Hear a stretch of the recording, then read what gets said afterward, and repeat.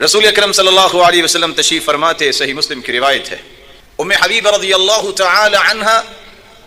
मोमिनों की माँ दुआ करती, ऐ अल्लाह मेरे खामिद अल्लाह के रसूल और मेरे वालिद अबू सुफियान और मेरे भाई मुआविया,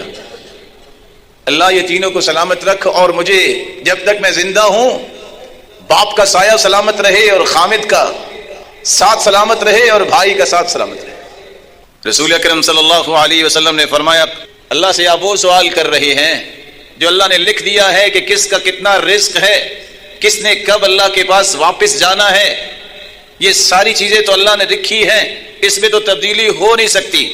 तुम्हें दुआ करनी चाहिए थी, वलौ कुन्ति सअल्तिल्लाह अन युईदकी मिन अज़ाबिन फिन्नार औ अज़ाबिन फिल क़ब्र कान खैरन व अफ़ज़ल।